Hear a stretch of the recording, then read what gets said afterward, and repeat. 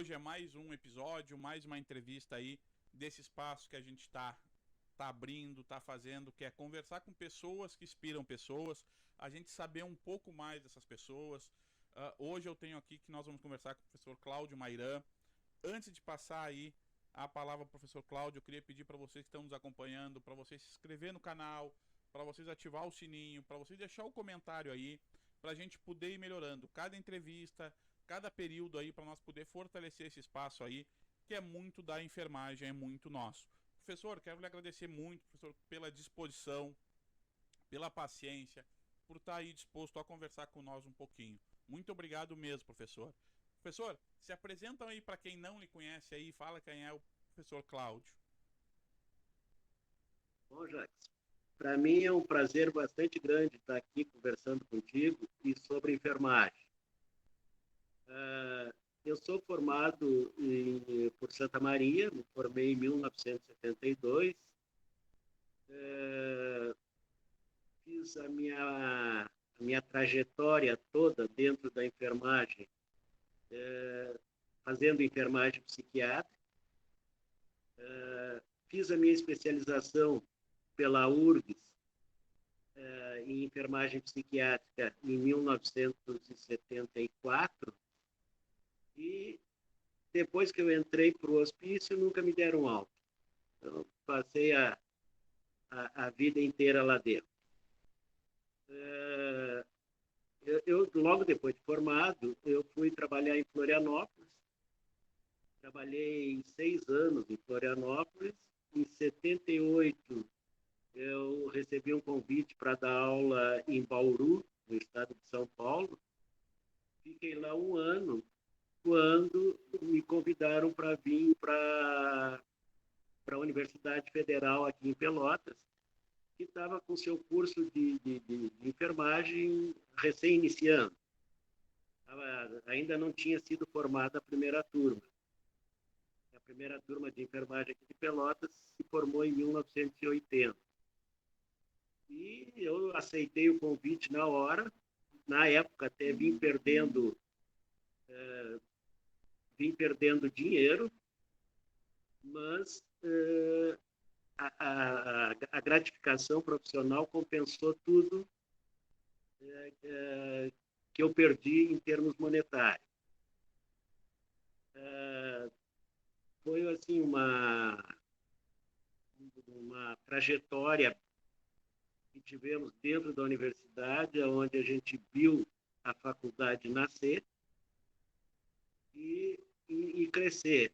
E hoje, mesmo estando aposentado, a gente ainda acompanha a enfermagem e com muito prazer, assim, a gente vai vendo gerações minhas indo para dentro da enfermagem também. Eu tenho uma filha que é enfermeira e agora, esse ano, se forma uma neta enfermeira.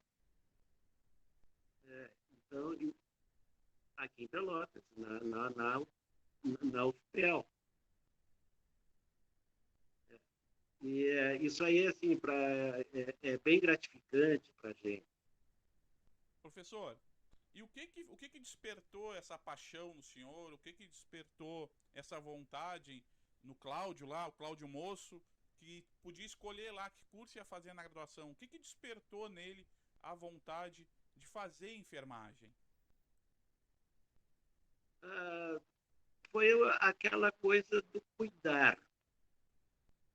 E porque eu via o trabalho de um tio que era bem próximo de mim,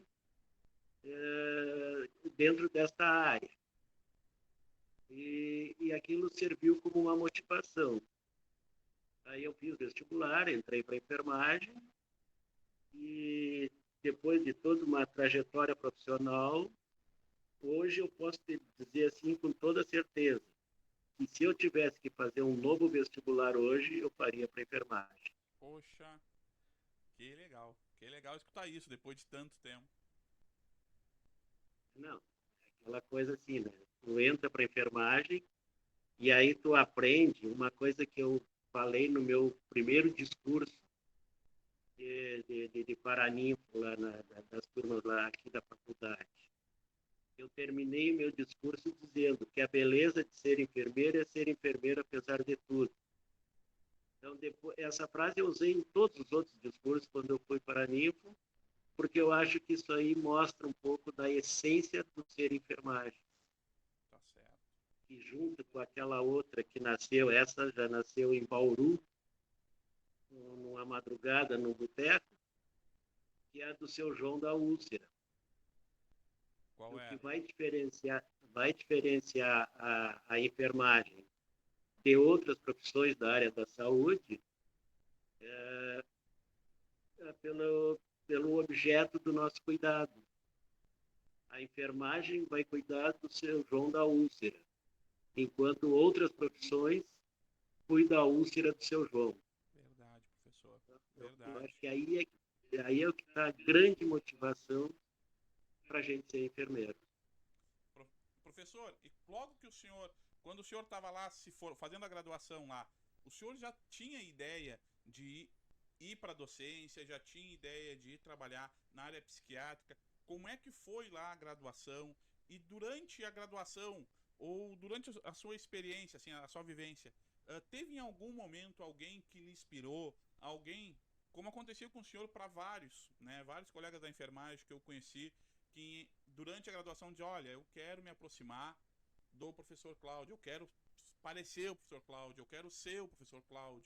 Até numa das entrevistas que a gente faz aqui, a gente conversou com o Léo Jaime, e o Léo Jaime falou isso ainda. O Léo Jaime disse, olha, a gente chegava lá e parecia que o que o professor Cláudio estava fazendo lá era muito simples. E depois, quando a gente vai estudar, a gente entende o que era aquilo ali. Aconteceu-se com o senhor lá ter essa inspiração?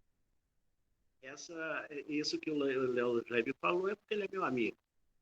E ele é um excelente profissional. Eu conheço o trabalho dele, vejo. Eu devo ser todos, eu acompanho. Procuro sempre estar acompanhando, e agora com as redes sociais fica muito mais fácil ainda. E eu sei que ele está fazendo um excelente trabalho, já fez lá na Beneficência, agora está na Escola Espírita. E que tu está acompanhando também por aí, que eu já te vi dando aula lá também. Isso. Mas durante a graduação,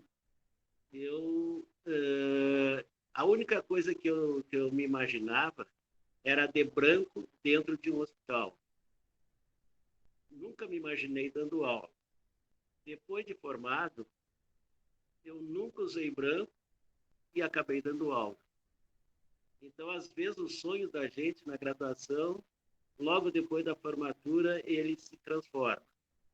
Mas aí tem uma figura que foi muito importante, e aí eu vou responder a tua pergunta, que foi um enfermeiro que eu encontrei em Florianópolis, que é assim o meu guru, que é o Wilson Kramer de Paula, que é o cara assim, que sabe, está lá ainda, muito de enfermagem psiquiátrica.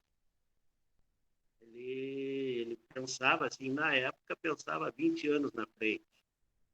O que hoje faz parte do discurso da reforma psiquiátrica, ele já fazia naquela época, isso lá nos anos 73, 74.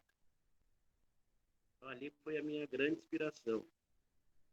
Professor, o senhor passou, né? O senhor, quando eu conheci o senhor, foi lá no Oliver, quando o senhor tinha acho que era internato, né? Era um grupo de acadêmicos Isso. sempre que estava com o senhor lá no Oliver. Foi lá em 99 eu conheci o senhor lá e o pessoal, a Michele, o Alessandro, a Camila, o Arnaldo, foi aquele grupo lá a primeira vez que eu tive contato. Conta um pouco como é que era isso, professor, como é que era a sua atividade na enfermagem e como se desenvolvia esse trabalho aqui em Pelotas. O internato, ele funcionava como um projeto de extensão na época. A gente via, assim, a necessidade que as pessoas tinham de buscar a prática, buscar pegar aquilo que a gente falava em sala de aula e botar lá no campo de prática e mostrar o que estava acontecendo. Então, quando surgiu o internato saiu com a ideia até de ter internato 1, internato 2 e internato 3, que seria pegar desde primeiro semestre de enfermagem até o último semestre. Um pegaria os 2 primeiros anos, o 2 pegaria os anos intermediários e o 3 pegaria os anos finais. Mas, no fim, a gente resolveu juntar tudo. Então, no internato, eu recebia alunos que estavam iniciando e alunos que estavam no meio do curso e alunos que estavam terminando. A gente sempre falava na matrícula e sempre tinha muito candidato. E a gente procurava colocar todo mundo. Tinha um limite mínimo assim, professor? Não. De aluno? Não. Aqueles que tinham vontade estavam lá comigo. E aí porque eu sempre pedia também, e o pessoal ajudava muito, os enfermeiros das instituições. No caso lá que falou do Oliver, a irmã Rosa foi uma pessoa assim que foi muito importante. Né? E depois que se formaram, o Giovanni, que trabalhou lá no Oliver, o Alessandro, depois de formado, trabalhou lá, o pessoal todo. E lá no Espírita também a mesma coisa, que aí depois, quando a gente foi para o Espírita, eu levei junto o internato para o Espírita. E aí a gente fazia lá, inclusive o pessoal trabalhava no sábado, bastante, eles faziam plantão do internato, faziam plantão no sábado. E naquela época, tu lembra que tu trabalhou lá também, a praxiterapia, ou a terapia ocupacional, prefiro chamar de prax, terapia, ela no sábado não tinha, as gurias estavam de folga. Então, aí eu aproveitei esse espaço e coloquei o pessoal do internato a fazer aquele trabalho. E aí depois eu sempre tive uma forma de trabalhar em que no primeiro momento do estágio, na primeira hora da manhã, a gente sentava naquela sala lá do fundo e discutia como eu me vejo, como eu penso que os outros me veem, e como eu queria que os outros me vissem. Mais ou menos, claro que isso é só o norte. Então a gente discutia a pessoa do aluno que estava ali. O sentimento deles, os medos, os traumas, os conflitos. E discutia ele como pessoa, para mostrar aquilo que a Wanda Horta já falava a vida inteira. Enfermagem é gente cuidando de gente. Então, aquela história de chegar lá e dizer, não, o paciente tem que ser... Não, vai ter um dia que tu vai ter raiva do paciente. Tu é ser humano. Claro que aí nós vamos sentar, vamos discutir o que te despertou essa raiva e o que tu pode fazer para que o paciente não saia prejudicado. É assim. Aí depois eles iam para fazer as atividades e no final da manhã a gente voltava para a sala para discutir o que tinha acontecido naquela manhã na relação interpessoal terapêutica. Então, qual foi a dificuldade, o que sempre procurava mostrar como eu faria se eu fosse, né? Não porque eu não queria dizer que se eles tivessem errado alguma coisa que fosse erro. E claro que todo aluno tem o direito de errar. Se ele soubesse tudo, eu estaria desempregado. Então, e aí a gente trabalhava mais ou menos assim. E o internato, eu fiz todo esse e o internato funcionava assim também. Funcionava com atividade e com discussão. Tanto deles como pessoa, como deles como profissional. Quanto tempo durou o internato, professor? Olha, o internato foi da década de 90, eu acho que eu comecei, e até eu me aposentar. Eu me aposentei em 2008. Foi em 2008 que o senhor se aposentou? Me aposentei em 2008. Professor, nessa caminhada do senhor da psiquiatria durante todo o tempo, que quando eu entrei na enfermagem, eu comecei meu estágio ali no Oliver lá em 2009 como técnico de enfermagem. Eu estava pegando uma transição, né? Tava bem acirrada o debate, a função em relação aos hospitais psiquiátricos. Eu acabei sendo, acho que uma das últimas turmas que fizemos estágio no Oliver. Logo depois o Oliver acabou fechando e ficamos só com o Hospital Espírita, que depois eu fui para lá. Durante esse tempo todo aí, o senhor tem, antes desse marco aí, que foi o marco da transição, aquele marco lá 99, 2000, a psiquiatria tinha passado por algo, ou algum marco tão importante, um marco tão evidente assim como esse, desse período? Teve. Na faculdade,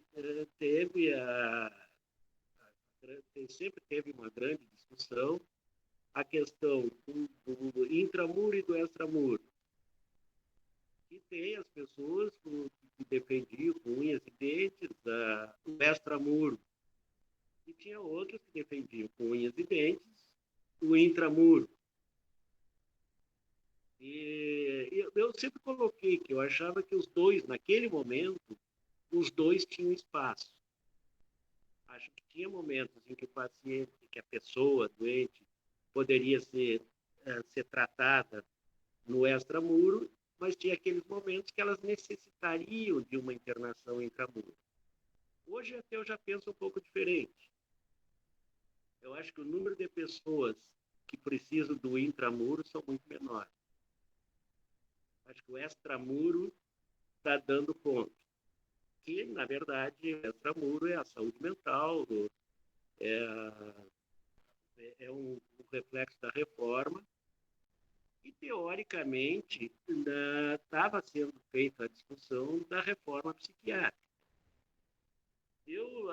A minha dificuldade de entender a reforma psiquiátrica é que quando eu tive contato a primeira vez com o sistema, com a ideia da reforma, o que me foi apresentado foi Lang e Cooper, foi a antipsiquiatria, seria a negação total da psiquiatria, que o doente mental não existia.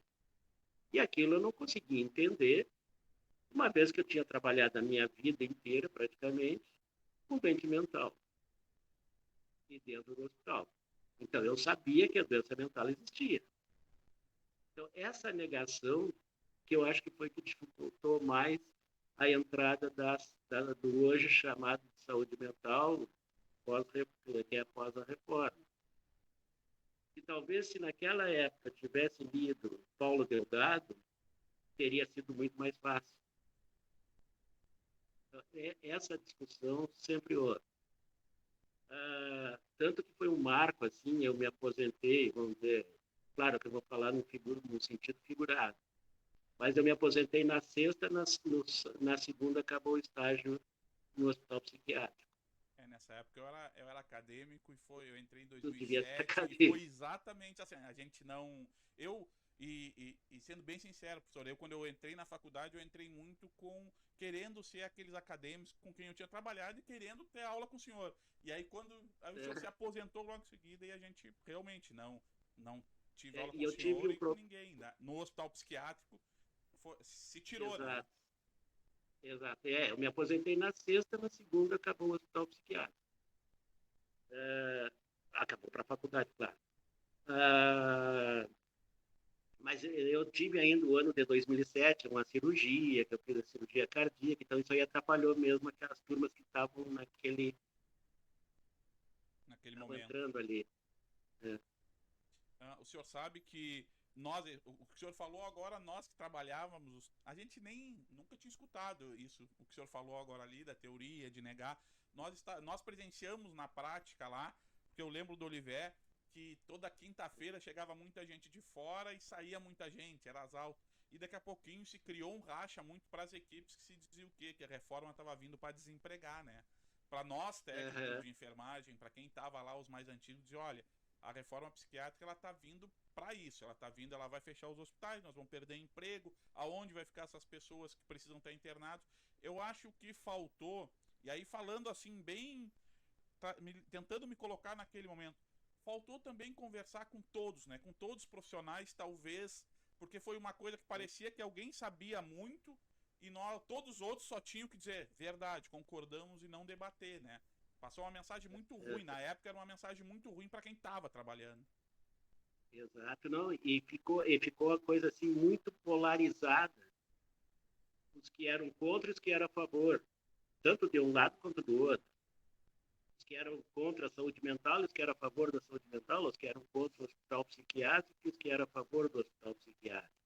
Eu acabei passando, eu acabei, num certo momento que eu estava lá estudante ainda, era estagiário lá do técnico, eu não sabia como posicionar, mas daqui a pouquinho eu virei muito a favor, depois virei muito contra.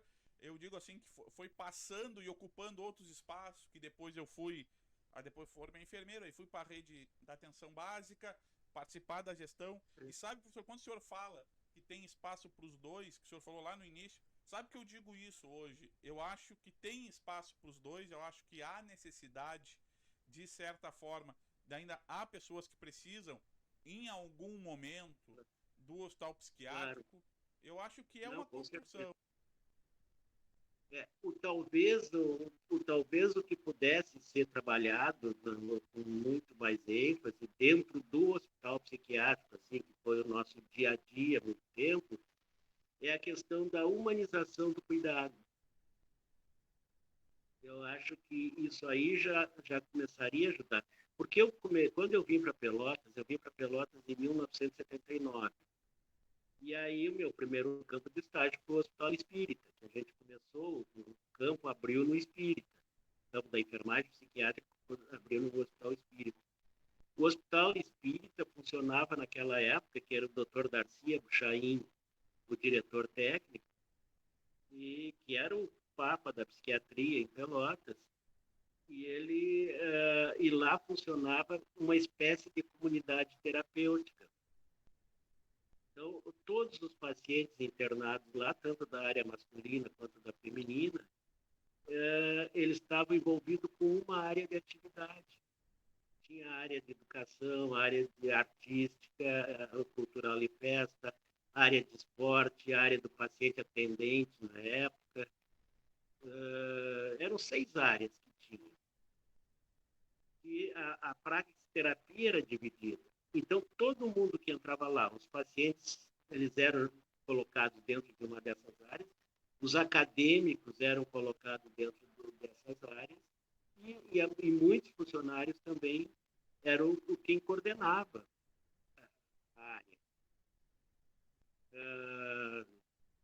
Pega assim uma coisa que tu gosta, que é o esporte, e que eu também gosto. A área de esporte lá era funcionava muito. Era o Dr. Kleber, que normalmente quem coordenava, não sei se chegou a conhecer o Dr. Kleber Ramil. Ele era o que gostava de coordenar a área, ou a área agrícola. O Ari, que foi professor da faculdade, também conheceu, o Ari gostava da área agrícola, então a gente, como professor, também coordenava uma das áreas lá. Então, era assim que funcionava. Agora, o que não pode funcionar é que depois teve um período em que as coisas mudaram muito. Aí foi quando a gente saiu e foi para o Oliver Leite. Aí, nesse meio tempo, o doutor Darcy já não estava mais lá, acho que já tinha falecido. E aí um grupo assumiu, e aí começou a misturar um pouco da questão religiosa com o tratamento, e não deu certo. Professor, Depois foi retomado uma outra equipe que aí melhorou muito de novo. e a enfermagem, professor, não só na psiquiatria, essa sua experiência, essa sua caminhada na enfermagem, quais características o senhor viu hoje? O senhor consegue identificar hoje ou até quando o senhor saiu? Mas o senhor está sempre aí atento à rede social, vendo. O que o senhor acha que hoje, o que tem de diferente hoje que nos ajuda mais na enfermagem ou nos prejudica mais na enfermagem? Eu acho que ajuda. O que eu vejo de diferente hoje na enfermagem, porque a enfermagem, da minha época como enfermeiro, logo que eu me formei, era aquela coisa muito mais da prática. A gente tinha que ir lá e fazer, tinha que ir lá e fazer. Hoje não, hoje tu vê a enfermagem mais como uma ciência mesmo. Se bem que desde aquela época já era considerado, mas a ciência hoje de enfermagem existe. Então, ela tá muito mais evoluindo cada vez mais por esse lado da ciência. Até pela questão da pós-graduação, que facilitou muito isso. Porque quando eu me formei, quando a minha turma se formou na especialização na URGS, nós éramos em torno de 20 enfermeiros psiquiátricos do Brasil inteiro. Para te ter uma ideia, assim, do Brasil inteiro. Que onde fazia a formação era Porto Alegre e Ribeirão Preto. Para fazer mestrado, tinha que ir para os Estados Unidos. Normalmente era Estados Unidos, que o pessoal ia quem queria fazer mestrado. Doutorado não era imaginar. Hoje já mudou isso. Hoje o pessoal está saindo da graduação e amanhã já está entrando no mestrado e daí a pouquinho já é doutor. Começaram as residências dentro da enfermagem também. Eu acho que é uma outra coisa boa que surgiu. E vocês hoje que estão no campo, vocês estão muito mais preparados e trabalham associando a teoria e a prática. Vocês vão fazer uma injeção lá de intramuscular e que sabe que o ângulo é 90 graus, vocês vão saber que aquele ângulo é 90 graus para não rasgar a fibra muscular.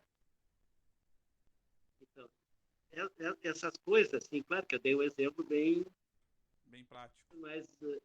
Mas em tudo que vocês fazem na enfermagem hoje, vocês têm esse respaldo da ciência ajudando.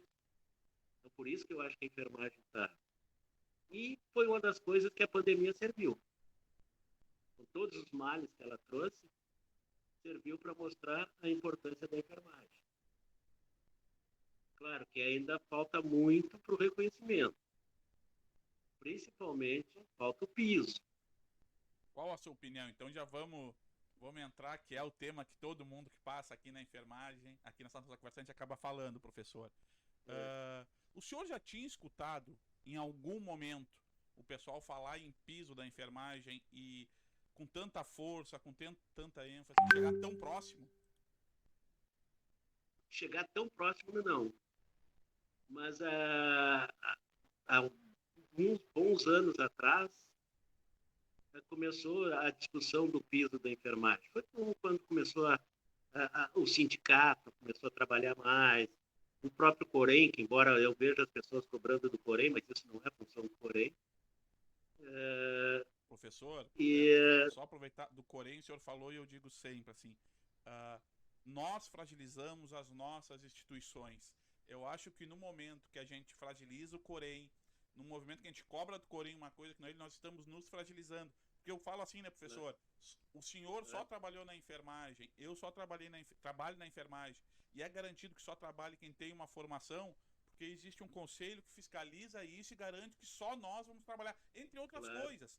Mas é isso, eu acho que o senhor traz o senhor falou uma coisa que é, nós temos, o sindicato serve para isso, não é que o Corém não sirva, o sindicato, mas nós não podemos fazer, porque o Corém nessa época do ano agora janeiro, ele sofre muito, né? Porque tem a função da anuidade e o pessoal brincando fala, só vem me morder, só vem pegar o dinheiro, mas não é a função do Corém só essa, mesmo que eles estejam se movimentando. O Corém, o papel fundamental do Corém é zelar pelo exercício da profissão e pela ética profissional. A questão salarial, a questão do trabalho, é muito mais sindicato. E aí eu vejo assim, as pessoas às vezes dizendo, eu não vou pagar anuidade porque não foi, o piso não existe ainda. Uma coisa não tem nada a ver com outra.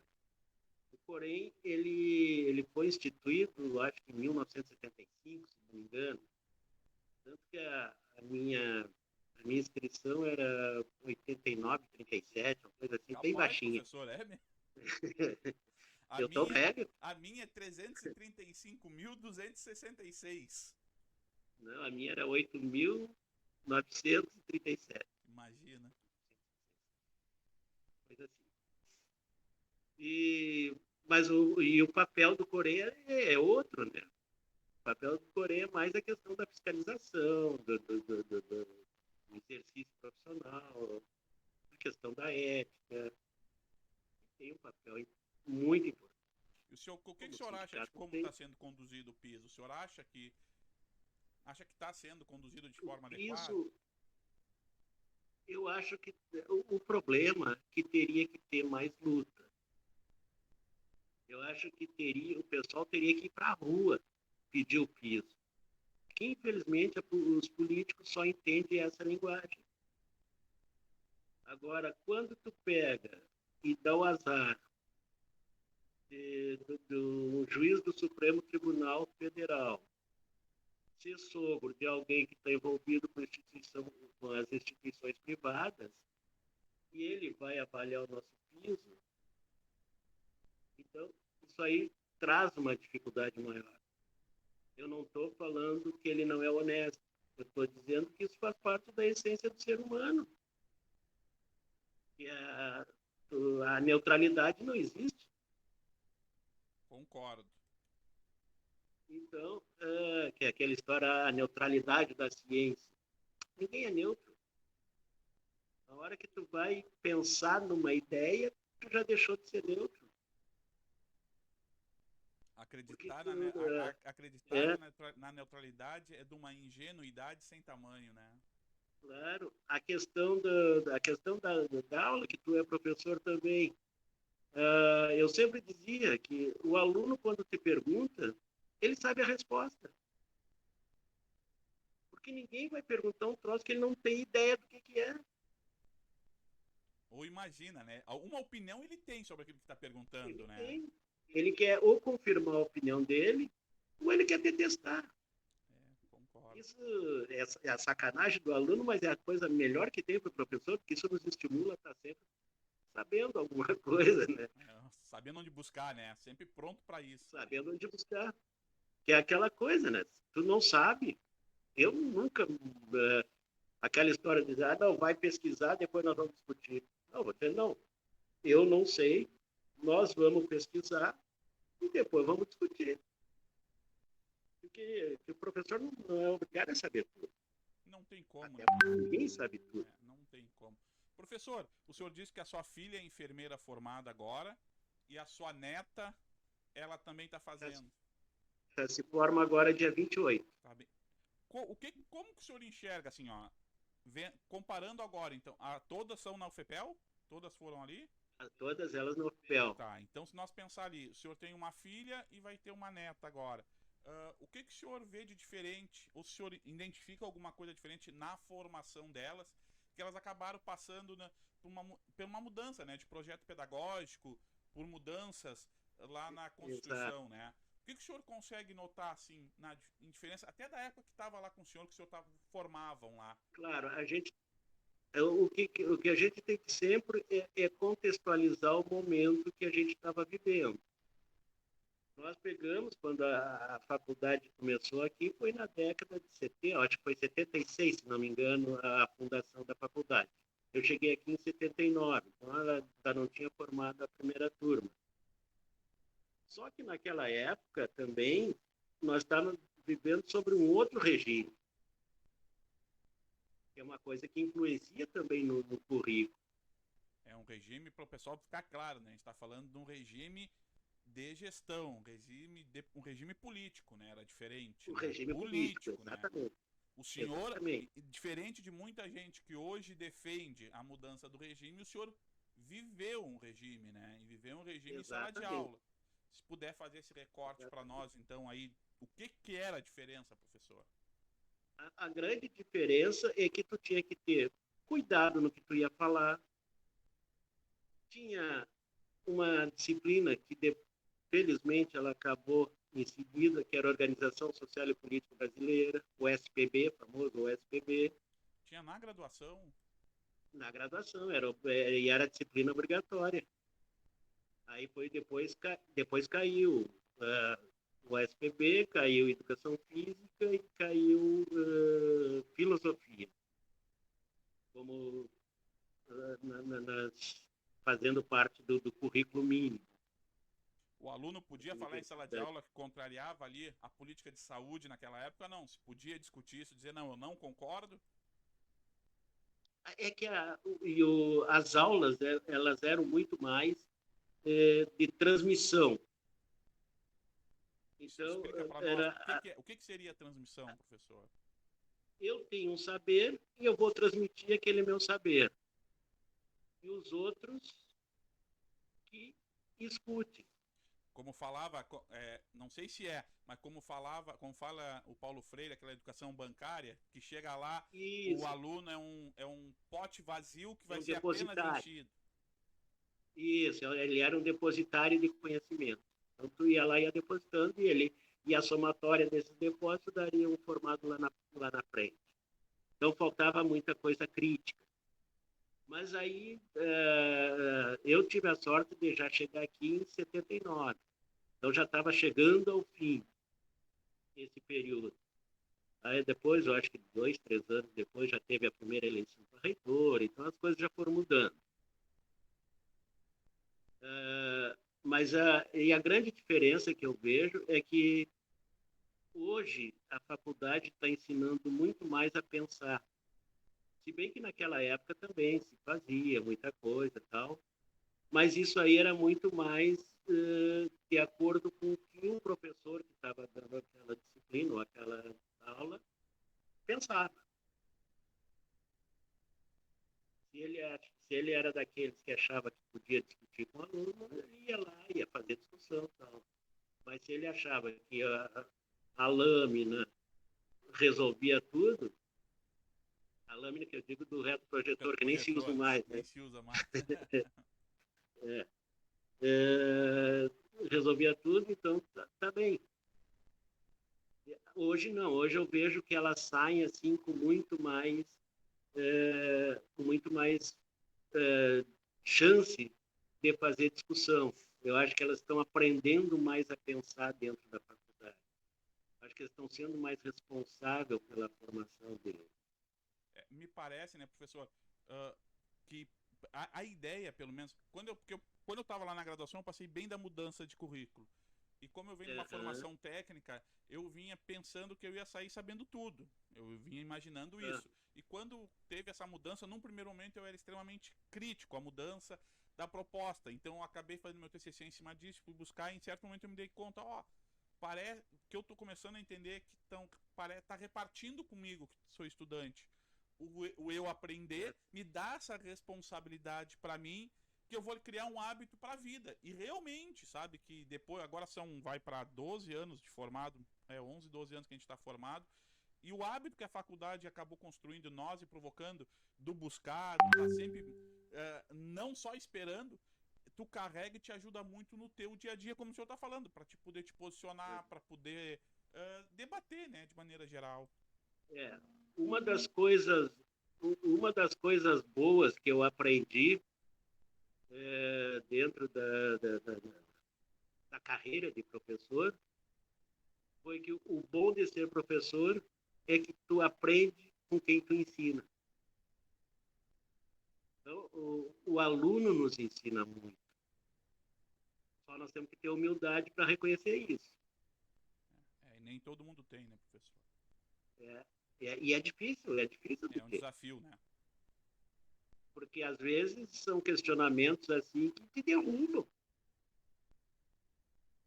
E aí tu tem que saber sair dele. E aí é aquilo que a gente aprende aí já com a velhice. Que é ter jogo de cintura. A idade, a maturidade.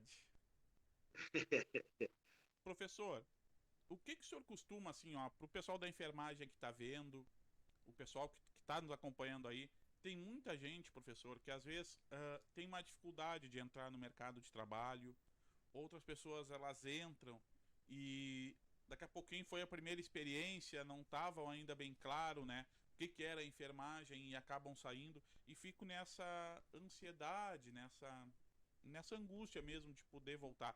Qual seria o seu conselho para quem está procurando entrar no mercado de trabalho? Estudar, estudar e estudar. Porque a gente durante a faculdade, a gente estuda para tirar uma nota. Depois de formado, tu tem que continuar estudando para aprender e para saber. Então, eu acho que no momento em que tu tiver uma boa argumentação, tu consegue ser um bom profissional e respeitado pelo teu conhecimento. Eu acho que isso aí nos ajuda a não sair frustrado. Claro que vai ter aquelas coisas que a gente sabe que não existe nada mais sacana que os bastidores, muitas vezes locais insalubres, onde está um sempre tentando puxar o tapete do outro. Mas se tu tiver o teu conhecimento, isso ninguém te derruba, isso é teu. Por isso que eu sempre procuro dizer que eu já falei para minha filha, que eu falo para minhas netas, e sempre falei para os alunos que passaram comigo. Não parem nunca de estudar. Até porque estudar é um hábito. Como a gente fazer caminhada, como a gente fazer exercício. Professor, o senhor trouxe agora um assunto que a gente acaba discutindo às vezes, e eu tenho, não vamos chamar de opinião, uma suspeita, que eu acho que essa fragilidade na enfermagem, que às vezes de nós nos enxergarmos como um corpo só, é a fragmentação da categoria de acordo com o ensino, tipo, o que tu aprendeu. Tu aprendeu falando aí, informação mesmo. O técnico é o ensino médio, o auxiliar eu peguei, não sei, eu pegou o atendente ainda, eu trabalhei com alguns auxiliares que era o ensino fundamental, o atendente não precisava, né, era o fundamental incompleto, né? Não, era incompleto. Era as pessoas que trabalhavam dentro do hospital, que se mostravam bons funcionários, passavam para a enfermagem com o título de atendente. A minha mãe foi atendente, e aí eu acho que isso, assim, quando a gente vai falar no engenheiro... Mas tinham atendentes muito bons. O pessoal era dedicado, né? Eu acho que um pouco dessa nossa fragilidade, um pouco dessas disputas internas, tem um pouco a ver com essa fragmentação, que a enfermagem, tipo, a nutrição, todos são nutricionistas, o engenheiro, todo é engenheiro. Nós, na enfermagem, a gente acaba aqui indiretamente, tá, mas o que tu é? Né? A gente não fala que é da enfermagem, muitas vezes a gente vai falar assim, eu sou enfermeiro, eu sou técnico. O senhor acha que isso também contribui? Contribui. Isso aí contribui muito para essa fragilidade, sim. Porque quanto mais houver divisões, mais enfraquecido vai estar o segmento, né? E, na verdade, o auxiliar de enfermagem hoje ele está extinto, né? Tem as pessoas que ainda estão trabalhando, mas que quando se aposentarem não vão ser mais substituídas. Porque hoje são duas categorias, a enfermeira e técnico. Que mesmo assim eu ainda acho fragmentado. O senhor sabe que eu trabalho no HE, o FEPEL, a gente ainda tem, como o senhor falou, os auxiliares que daqui a pouquinho vão se aposentar, os técnicos e os enfermeiros. Mas ainda... Eu fiz a chefia do Hospital Escola por uns 6 meses, que era aqueles 6 meses que não tinha psiquiatria, então eu fiquei lá no início da faculdade, quando o Hospital Escola era lá na Beneficência Portuguesa, em que a gente tinha funcionário da UFPEL, funcionário da Beneficência e funcionário da FAO. E aí tu imagina, cada um com salário e todos eles fazendo a mesma função e tu tem que coordenar isso. Professor, então parece que no Hospital Escola isso já é da cultura, né? Porque agora, a gente vive agora isso, né? A gente tem lá o funcionário no Hospital Escola que é o estatutário, que é o regime único, que a gente chama de RJU, e tem nós, os colegas da IBSER, que chegou agora, com salários parecidos, mas não iguais, com atribuições, algumas muito parecidas, mas às vezes também não tão iguais, e como isso também é um desafio, né? Para o ambiente de trabalho. Exato. Isso é muito complicado. Isso aí, quem está na coordenação do serviço tem que ter muita habilidade para isso aí não interferir. Mas tu estava falando da fragilidade, uma outra coisa assim que a gente tem que pegar é uma questão histórica. Se nós pegar lá no início da enfermagem, quando entraram as irmãs de caridade, que tiveram assim um papel muito importante na enfermagem, mas também teve um grande problema, porque elas, por serem irmãs, elas tinham uma disposição para o hospital de 24 horas, praticamente. Elas moravam dentro do hospital, aí qualquer problema era só ir ali chamar. E ganhavam praticamente nada. E aí os patrões acostumaram com isso. Porque o curso superior de enfermagem ele só veio acontecer a partir, eu acho que na década de 60, quando ele passou a ser curso superior. É verdade, né? As irmãs moravam, então né? essa coisa assim, os resquícios das irmãs de caridade é uma das coisas que atrapalhou a enfermagem. Apesar de elas ter tido um papel extremamente importante para o paciente, para o cuidado. E as redes sociais, professor, hoje? Eu vejo que o senhor costuma estar ali, eu fico acompanhando o senhor está sempre atento. O que o senhor acha que as redes sociais hoje, o que elas colaboram para a enfermagem, colaboram aí de modo geral para a discussão da categoria? Eu acho que as redes sociais, como tudo na vida, tem o lado bom e o lado ruim. Eu acho que o lado ruim é que tu vê colocado nas redes sociais muita coisa falsa que as pessoas compram aquilo como verdade. Isso falando dentro da enfermagem mesmo. Se tu pegar agora a própria questão da pandemia, e enfermeiros e outras profissões da própria medicina, os caras defendendo a imunidade de rebanho. Quer dizer, ia morrer muito mais do que os 700 mil que morreram para poder imunizar toda a população. Que já foi um absurdo, né, professor? E que foi um absurdo, que não precisavam... Tem estudos da Fiocruz mostrando que não precisava ter morrido mais de 400 mil pessoas, né, se tivessem sido vacinados. E é assustador, a campanha né? Contra... E é assustador, né? E muito. A campanha contra a vacinação, vê que o posicionamento contra a vacina da Covid interviu, inclusive, no calendário de vacinação, que o Brasil era modelo para o mundo inteiro, né? Hoje tu vê a poliomielite voltando. Parece inacreditável, né? Exato. A própria tuberculose, várias dessas doenças que já estavam erradicadas praticamente, a tuberculose não, mas a maioria das doenças que estavam erradicadas do Brasil, voltando, né? Professor, por essa fase de negacionismo. Por outro lado, tu pode ter coisas boas. Eu acho que tu pode ter um grupo de estudo pela internet. Nós começamos a fazer há uns 2 anos atrás, que nós discutimos enfermagem psiquiátrica. Mas aí depois foi passando, e a gente vai ficando preguiçoso também. Agora deu uma diminuída.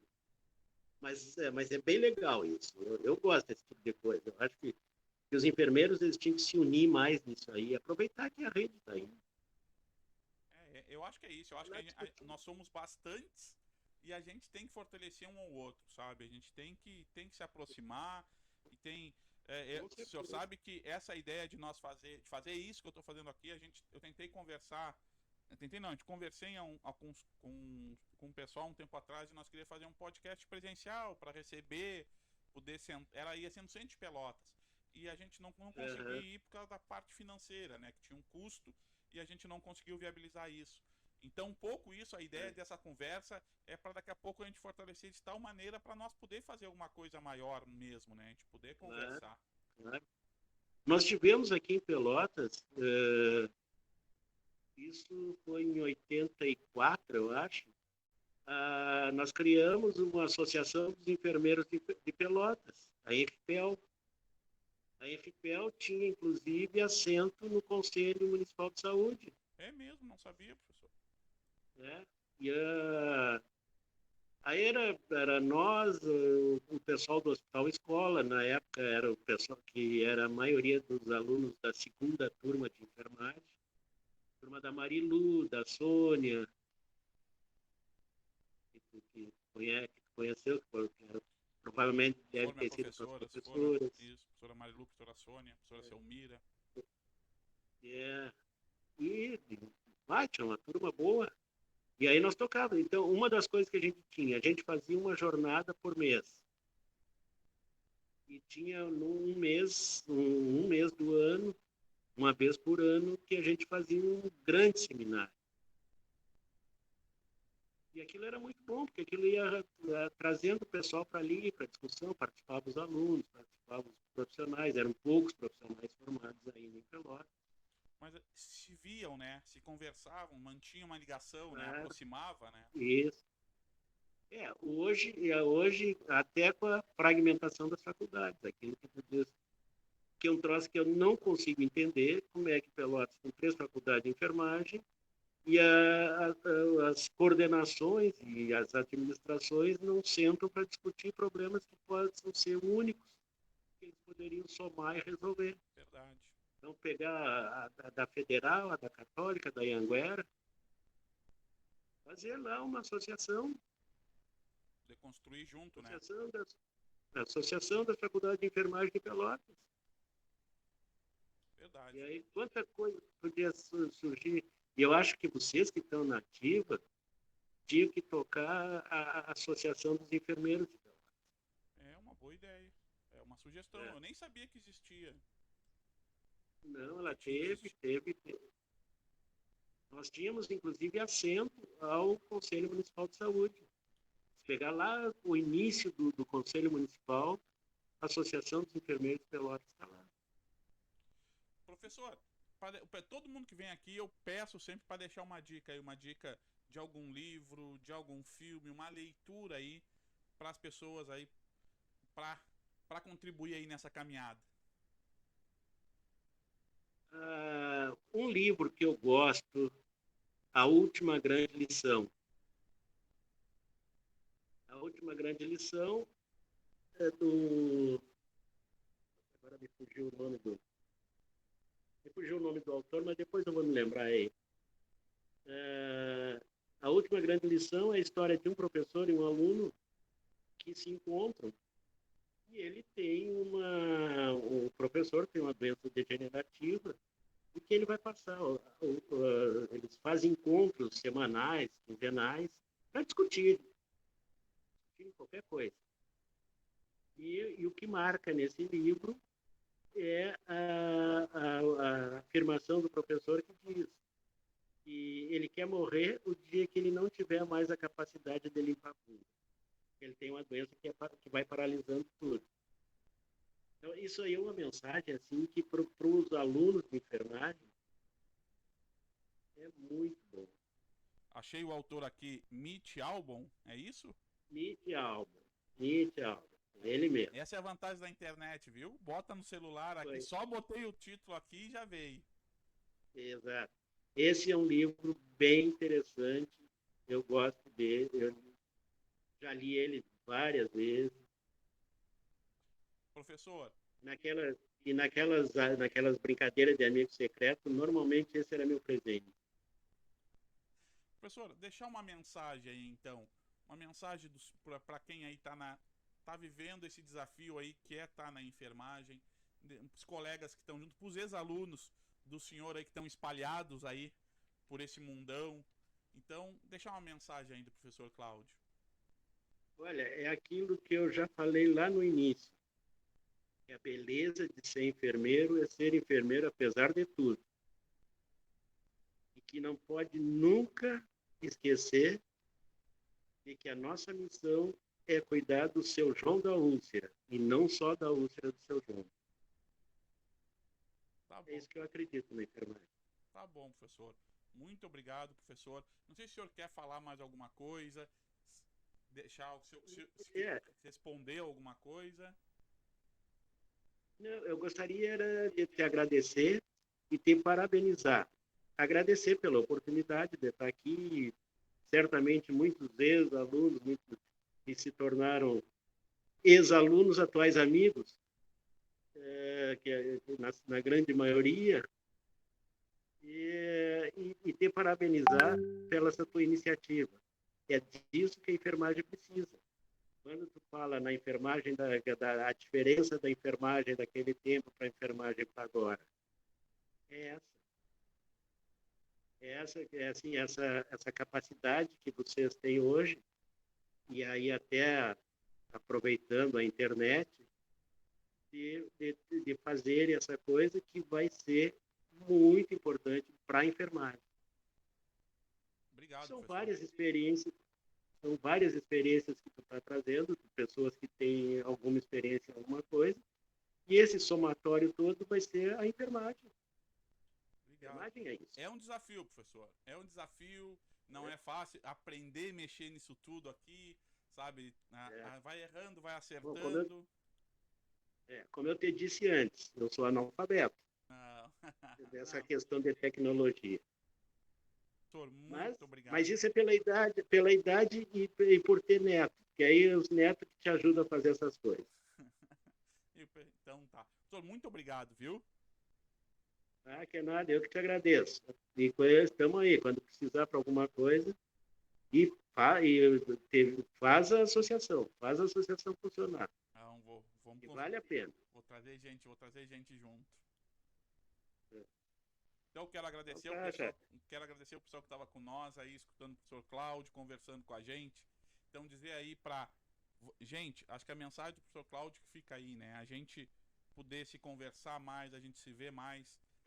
Deixou aí uma semente aí da associação dos enfermeiros que já teve lá atrás. Então que a gente possa usar esses canais, a internet, para a gente poder conversar e se ver mais. Aí o professor falou em jornadas, falou em encontros, daqui a pouco a gente usar esse meio virtual para poder trabalhar isso, construir isso. Tá bem? Quero agradecer muito a todo mundo que está aí, compartilha, espalha, tem alguém aí que tu queira que a gente converse, avisa para nós ir trazendo, tá bom? Forte abraço aí, tchau.